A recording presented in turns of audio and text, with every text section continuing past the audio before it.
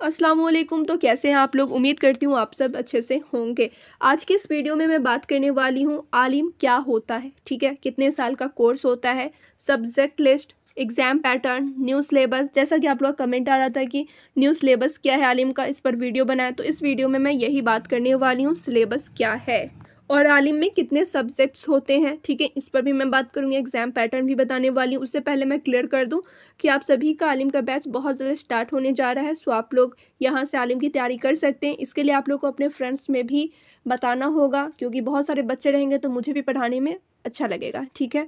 तो यहाँ पर आप लोग को समझ में आ गया होगा कि न्यू बैच स्टार्ट होने वाला है बहुत जल्द। और एक चीज़ मैं क्लियर कर दूँ, किस बच्चे के लिए स्टार्ट होगा, तो अगर आप लोग बिहार बोर्ड के स्टूडेंट हैं तो उनके लिए भी है, यूपी मदरसा बोर्ड के लिए हैं तो वो भी स्टूडेंट यहाँ से पढ़ सकते हैं, और अगर आप लोग झारखंड मदरसा बोर्ड से हैं तो भी आप लोग पढ़ सकते हैं। जो भी आप लोग का सब्जेक्ट होगा वो आप लोग को मालूम चल जाएगा, वीडियो में मैं क्लियर कर दूँगी, ठीक है। और जो भी आप लोग का सिलेबस रहेगा उसके अकॉर्डिंग आप लोग अपनी पढ़ाई कर सकते हैं यहाँ पर। क्लियर? तो सबसे पहले यहाँ पर मैं क्लियर कर देती हूँ आलिम क्या होता है। तो आप लोग को मालूम होगा आलिम यानी कि ग्रेजुएशन, ठीक है, बीए, बीएससी, बीकॉम को ही आलिम कहा जाता है और इसकी डिग्री हर जगह वैलिड होती है। अगर आप लोग बीए नहीं भी करते हैं, बीएससी नहीं भी करते हैं, तो आप लोग अगर आलिम भी कर लेते हो तो आप लोग को ग्रेजुएट माना जाएगा, यानी आलिम की वैल्यू ग्रेजुएशन के बराबर होती है। अब मेरी वीडियो तो यूपी मदरसा बोर्ड के भी स्टूडेंट देखते हैं, अब उनको लगेगा कि आलिम मतलब ग्रेजुएशन होता है, तो बिल्कुल भी नहीं। यूपी मदरसा बोर्ड में अलग होता है, आलिम वहाँ ग्रेजुएशन नहीं कहलाता है, वहाँ आलिम इंटर के बराबर होता है, ठीक है। अगर आप लोग 12th करते हैं ना, उसके बराबर आलिम की वैल्यू होती है, ठीक है। तो यहाँ सिर्फ बिहार मदरसा बोर्ड में आलिम मीन्स ग्रेजुएशन होते हैं, लेकिन यूपी मदरसा बोर्ड में 12th के बराबर आलिम की डिग्री होती है। तो यहाँ पर मैं क्लियर कर दी हूँ, क्योंकि यूपी मदरसा बोर्ड के भी स्टूडेंट देखते हैं वीडियो, इसी वजह से। अब यहाँ पे सवाल है कितने साल का ये कोर्स होता है, तो 3 साल का कोर्स होता है और यहाँ पे आप लोग को 3 बार एग्जाम देना होता है, एक आलिम पार्ट 1 का, फिर आलिम पार्ट 2 का, फिर आलिम पार्ट 3 का। हर साल आप लोग को एग्जाम देना होता है। मौलवी के बाद आप लोग को आलिम करनी होती है, ये भी मैं क्लियर कर दे रही हूँ। मौलवी के बाद आप लोग को आलिम करना होता है, और यूपी बोर्ड में मुंशी मौलवी के बाद आलिम किया जाता है, और वहाँ 2 साल का रहता है ये कोर्स, और एग्जाम बस एक बार देना पड़ता है। क्लियर? अब यहाँ पर मैं सब्जेक्ट के ऊपर बात कर लेती हूँ। एग्जाम पैटर्न दोनों का सेम ही होता है, चाहे आप लोग यूपी मदरसा के हों, चाहे आप लोग बिहार मदरसा के हों, एग्जाम पैटर्न सेम ही रहता है। सब्जेक्टिव क्वेश्चन पूछे जाते हैं, ऑब्जेक्टिव रहता नहीं है, ऑफलाइन मोड होता है, ये सब कुछ सेम ही है। और सिलेबस रही बात, तो सब्जेक्ट और सिलेबस ये थोड़ा थोड़ा अलग होता है दोनों जगह का, यानी कि यूपी मदरसा बोर्ड का और बिहार मदरसा बोर्ड का सिलेबस थोड़ा अलग रहता है, और सब्जेक्ट्स भी थोड़े अलग रहते हैं। तो यहाँ पर मैं सब्जेक्ट्स और सिलेबस दोनों यूपी मदरसा बोर्ड का भी बताने वाली हूँ और बिहार मदरसा का भी बताने वाली हूँ, ठीक है। यूपी का भी बताया जाएगा और बिहार का भी। तो सबसे पहले यहाँ पर मैं बात कर लेती हूँ बिहार मदरसा बोर्ड के स्टूडेंट का, ठीक है। सब्जेक्ट्स कौन कौन से होते हैं और एग्जाम पैटर्न तो मैं क्लियर कर ही दी हूँ। सब्जेक्टिव टाइप क्वेश्चन रहेंगे, आप लोग को वहाँ पे लिखने पड़ते हैं, ठीक है, ऑब्जेक्टिव नहीं रहेगा, और ऑफलाइन मोड में पेपर होने वाला है, ये सब चीज़ मैं क्लियर कर दी हूँ। तो यहाँ पर सबसे पहले आप लोग सब्जेक्ट जान लो, और सिलेबस आप लोग को जब मैं इंपॉर्टेंट क्वेश्चंस कराऊंगी ना तो वहाँ से मिल ही जाएंगे सिलेबस। तो यहाँ पे सबसे पहले सब्जेक्ट मालूम होना बहुत बहुत ज़्यादा ज़रूरी है। तो आप लोगों को मालूम ही है आलिम में 3 पार्ट होते हैं, एक पार्ट 1 होता है आलिम पार्ट 1, फिर आलिम पार्ट 2 और आलिम पार्ट 3। तो तीनों में अलग अलग सब्जेक्ट्स होते हैं। कैसे कैसे डिवाइड किया गया है वो समझे। तो सबसे पहले आलिम पार्ट 1 में कितने पेपर होते हैं, तो टोटल 7 पेपर होते हैं, ठीक है, 7 पेपर टोटल होता है। कैसे कैसे वो देखें। सबसे पहले तो आप लोग का फर्स्ट पेपर होगा ऑनर्स पेपर 1, जो भी आप लोग ऑनर्स लेंगे। अब ऑनर्स पेपर कौन कौन से होते हैं वो भी यहाँ पर आप लोग देख लीजिए। तो ऑनर्स पेपर भी 7 होते हैं, ठीक है, 7 ऑनर्स पेपर है, Urdu, Persian, Arabic, Islamic history, तफसीर, हदीस, फ़िक़्ह। इन 7 में से कोई एक ऑनर्स आप लोग को लेना पड़ता है, या तो आप लोग उर्दू से करो आलिम, या फिर अरबी से करो, या तफसीर से करो, या हदीस से करो, या फ़िक़्ह से करो। यहाँ पे 7 ऑनर्स पेपर है, 7 में से कोई एक चूज़ करना होता है। तो यहाँ पे आप लोग का कोई एक ऑनर्स पेपर होगा, उसका एग्ज़ाम देना होगा। फिर ऑनर्स पेपर 2 वो भी सेम ही रहते हैं, ठीक है, यानी पहला में उर्दू ले लिए तो दूसरा में अरबी ले सकते हो, ऐसा नहीं, सेम ही रहेगा। अब सेकंड देखिए कंपोजिशन। कंपोजिशन में 2 पेपर है, एक पर्सियन है और एक अरबिक है, जो कि आप लोग के रहेंगे ही रहेंगे। क्लियर? पर्सियन और अरबिक। तो यहाँ पे 4 पेपर हो गया, और एक है सब्सिडरी कंपलसरी।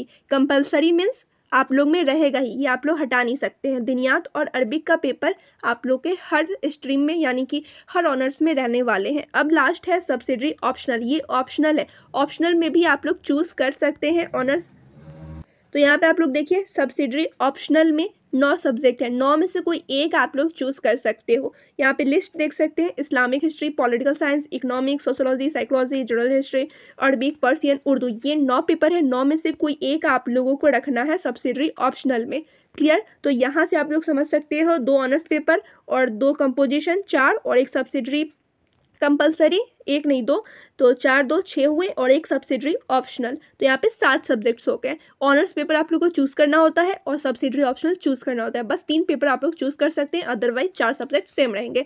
तो ये हो गए आलिम पार्ट 1 के सिलेबस। अब यहाँ पर आप लोग देखिए सब्जेक्ट हो गए, ठीक है। सिलेबस आप लोग को जब इंपॉर्टेंट क्वेश्चन कराया जाएगा वहाँ पर मिल जाएगा। अगला देखिए सेकेंड पार्ट में, आलिम पार्ट 2 में भी 7 पेपर होते हैं। कैसे कैसे डिवाइड है यहाँ पे आप लोग देख सकते हैं। Honours paper 3rd, honours paper 4, इन दोनों का एग्जाम होगा। फिर कंपोजिशन में हिंदी और इंग्लिश रहेगा, कंपोजिशन यहाँ पर चेंज हो गया है।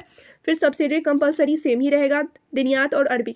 फिर लास्ट है सब्सिडरी ऑप्शनल। ऑप्शनल में यहाँ पे आप लोग फिर से चूज़ कर सकते हो। ऐसे बहुत सारे बच्चे जो आलिम पार्ट 1 में रखते हैं ऑप्शनल, वही आलिम पार्ट 2 में रखते हैं क्योंकि उन्हें पढ़ने में आसानी होती है। क्लियर? तो अब यहाँ पर आप लोग देखिए आलिम पार्ट 3rd का सब्जेक्ट, तो यहाँ पे है 4 ऑनर्स पेपर। जो भी आप लोग का ऑनर्स पेपर रहेगा, उर्दू रहेगा तो उर्दू चारों पेपर मिलेंगे, अगर फारसी रहेंगे तो फारसी मिलेंगे, यानी जो भी आप लोग का ऑनर्स पेपर रहेगा उसका पेपर मिलने वाला है। क्लियर? अगला है यहाँ पर देखिए जीएस, ठीक है। जीएस क्या होता है? जनरल स्टडीज़ या जीके कह लो, जनरल नॉलेज, उससे पेपर रहेंगे। यानी यहाँ पर आप लोग का 4 पेपर ऑनर्स का होने वाला है और लास्ट जो जीके का पेपर होगा। यानी आलिम पार्ट 3 में बस यही 5 सब्जेक्ट्स के एग्जाम होंगे। तो ये तो हो गया आलिम का सब्जेक्ट लिस्ट।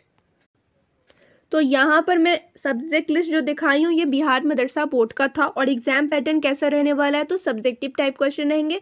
कुछ क्वेश्चन जैसे कि 7-8 क्वेश्चन रहेगा और उसमें से आप लोग को 5 क्वेश्चन अटेम्प्ट करनी होंगी। इस तरीके से पेपर होते हैं, ठीक है। जब मैं प्रीवियस ईयर क्वेश्चंस कराऊंगी तो वहाँ से आप लोग को क्लियर हो जाएगा। और सिलेबस जब इंपॉर्टेंट क्वेश्चन मैं कराऊंगी तो वहाँ से सिलेबस, जैसे मैं उर्दू की इंपॉर्टेंट क्लास दूंगी तो उसका सिलेबस भी पहले दिखाऊंगी, उसके बाद ही क्लास लेने वाली हूँ, ठीक है। तो वहाँ से सिलेबस भी मालूम चल जाएगा। अब मैं यहाँ पर यूपी मदरसा बोर्ड का भी सिलेबस दिखा देती हूँ क्योंकि बहुत सारे स्टूडेंट यूपी मदरसा बोर्ड के भी होते हैं, तो उनका भी सब्जेक्ट क्या क्या रह सकता है वो भी मैं क्लियर कर देती हूँ। अब यहाँ पर आप लोग देखिए आलिम का सब्जेक्ट, ठीक है। इसके बाद मैं सिलेबस भी दिखाऊंगी आलिम का। तो यहाँ पे आलिम अरबिक और पर्सियन दोनों के लिए ही है, ठीक है। अगर आप लोग का आलिम अरबिक होगा तब भी ये आप लोग का सब्जेक्ट है और अगर आप लोग आलिम पर्सियन लिए होंगे तब भी सब्जेक्ट है। तो यहाँ पे कितने पेपर रहने वाले हैं टोटल, सबसे पहले वो मैं क्लियर कर देती हूँ। तो यहाँ पे टोटल 5 सब्जेक्ट्स रहेंगे, 4 कंपलसरी है और 1 ऑप्शनल है, ठीक है। 4 आप लोग का रहेगा ही रहेगा, 1 आप लोग को चूज़ करना होगा। तो सबसे पहला पेपर है थियोलॉजी, सिया सुन्नी, दोनों में से कोई एक रहेंगे, ठीक है।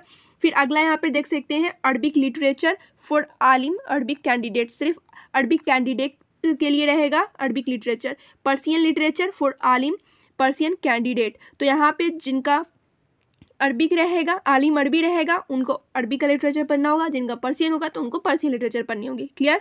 3rd पेपर उर्दू लिटरेचर का रहेगा जो कि पर्सियन और अरबिक दोनों के लिए है। अगला पेपर, चौथा पेपर जनरल इंग्लिश का रहेगा दोनों के लिए, ठीक है। तो ये 4 पेपर आलिम अरबिक और आलिम पर्सियन के लिए हैं।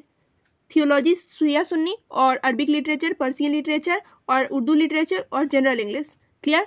अब 5वां पेपर है, ये ऑप्शनल है, इसमें से कोई एक आप लोग को चूज़ करनी है। कौन कौन से है? तो एक होम साइंस हो गया, दूसरा जनरल हिंदी, तीसरा लॉजिक एंड फिलॉसफी, चौथा जनरल स्टडीज़, 5वां यहाँ पे साइंस है, 6ठा टाइपिंग है, 7वां टीव है, ठीक है। तो ये सब सब्जेक्ट है, इसमें से कोई एक आप लोग को लेनी होंगी। अगर आप लोग होम साइंस लेना चाहते हो तो होम साइंस लेना, हिंदी लेना चाहते हो तो हिंदी लेना, जनरल स्टडीज़ लेना चाहते हो वो लेना, नहीं तो साइंस लेना, जो भी आप लोग को मन है वो ले सकते हैं। तो ये हो गया आलिम का सब्जेक्ट। अब यहाँ पर मैं सिलेबस भी दिखा देती हूँ।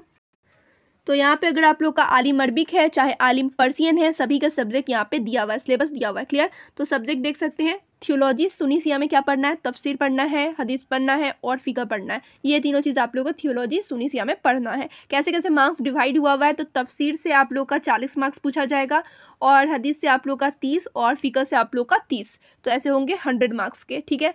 और 70 नंबर का थ्योरी होता है और सेशनल आप लोग को 30 नंबर का मिल जाता है, 100 मार्क्स हो गए।